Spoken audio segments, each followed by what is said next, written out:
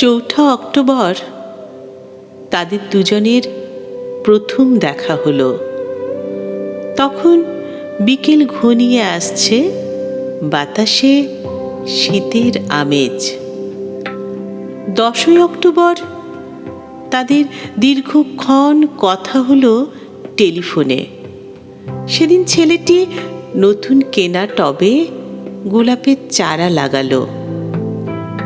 30শে October রেস্টুরেন্টের নিরালা কেবিনে ছেলেটি বলল, তোমাকে আমি ভালোবাসি।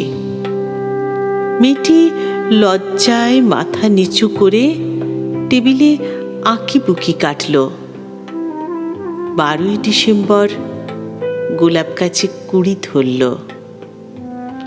মেয়েটি রেস্টুরেন্টে ছেলেটিকে জিজ্ঞাসা করল, কেন ভালোবাসো আমায়? আমি সুন্দরী তাই? তোমার চেয়েও সুন্দরী আছে কত। আমার বাবার প্রচুর অর্থ তাই? তোমার বাবার চেয়েও বড় লোক এখানে কম আছে? তাহলে ভালোবাসি ভালোবাসি তার আবার কোনো কারণ হয় নাকি? মেয়েটি বাড়ি ফিরে বন্ধুদের টেলিফোনে অনেক আলোচনা করল। সকলে এক বাক্যে বুঝিয়ে দিল, ভালো যখন বাসে তখন একটা কিছু কারণ তো আছে বটেই, সেটা না বুঝে বেশি এগোস না। 3রা জানুয়ারি মেয়েটি বলল, আমার কাছে কি চাও? কই, চাইনি তো কিছু। ভালোবাসো অথচ চাও না। না চাহিলে যারে পাওয়া যায়, তেয়া গিলে আসে হাতে। এ তো গান, শুধুই গান, তাছাড়া কি? কিছুই যদি না চাও তবে ভালোবাসো কেন? ভালোবাসি তাই ভালোবাসা দিতে চাই, চাইবো কেন? তুমি সত্যি অদ্ভুত। 10ই ফেব্রুয়ারি দুজনের দেখা হলো মেট্রো স্টেশনের পাতালে। ছেলেটি বলল, কাল সারা রাত আমি বাঁশি বাজিয়েছি।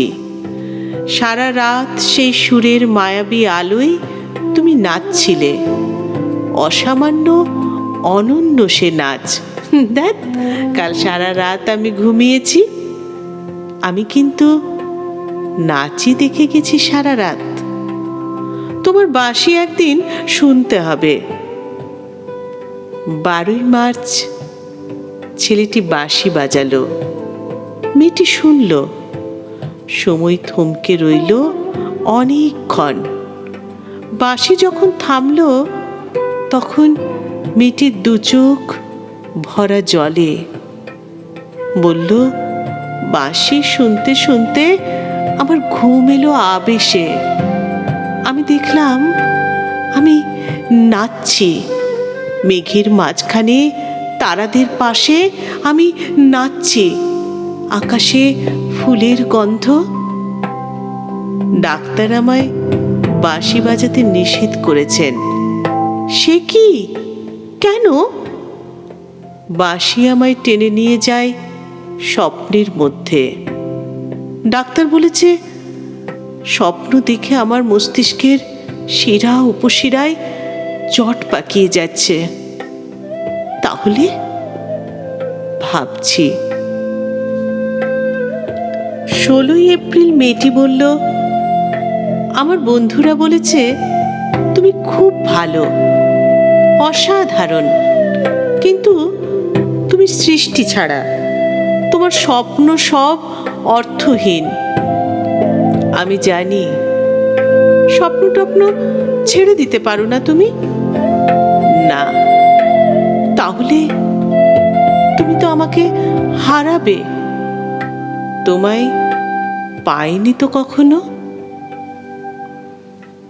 5ই মে ছেলেটির মস্তিষ্কে অপারেশন হলো। একটু সুস্থ হতেই মেয়েটি এসে বলল, ভালো আছো তো? এখন আর স্বপ্ন দেখছো না তো? দেখছি আরো সুন্দর সব স্বপ্ন। তাহলে তো দেখছি অপারেশনটা আদৌ সফল হয়নি। বাড়ি ফিরে বন্ধুদের ফোন করলো মেয়েটি। বন্ধুরা এক বাক্যে বলল, বাঁশি বাজানো, স্বপ্ন দেখা সবই ব্যাকডেটেড, সৃষ্টি ছাড়া। তুই আর লোক পেলি না? তুই এত রূপসী, তোর এত উজ্জ্বল প্রসপেক্ট। ভালো যদি চাস তো শিগগির বিয়ে করে ফেল তোর দাদার সেই বন্ধুকে। উনি তো শুনলাম কানাডাতেই সেটেল করবেন। 7ই জুলাই মেয়েটি আবার জিজ্ঞাসা করল, তুমি সত্যি কি চাও বলো তো?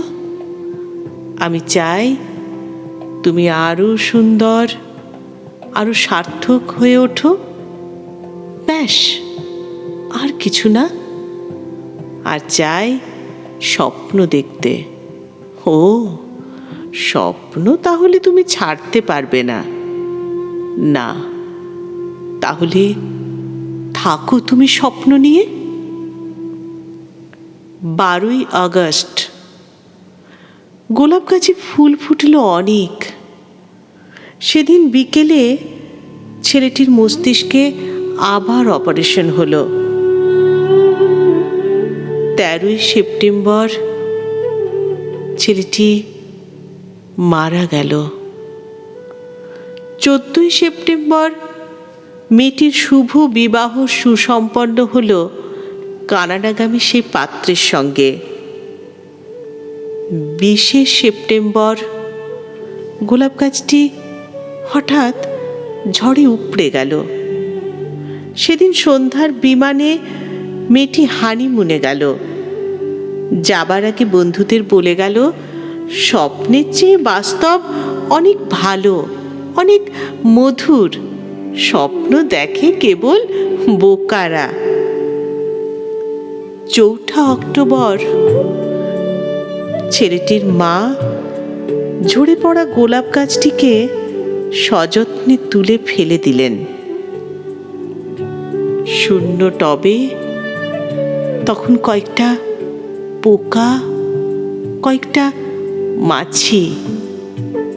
আমরা জানি না ওগুলো পোকা, মাছি নাকি ছেলেটির স্বপ্ন। আমরা ঠিক জানি না। আমরা কেউই জানি না। আমরা জানি না।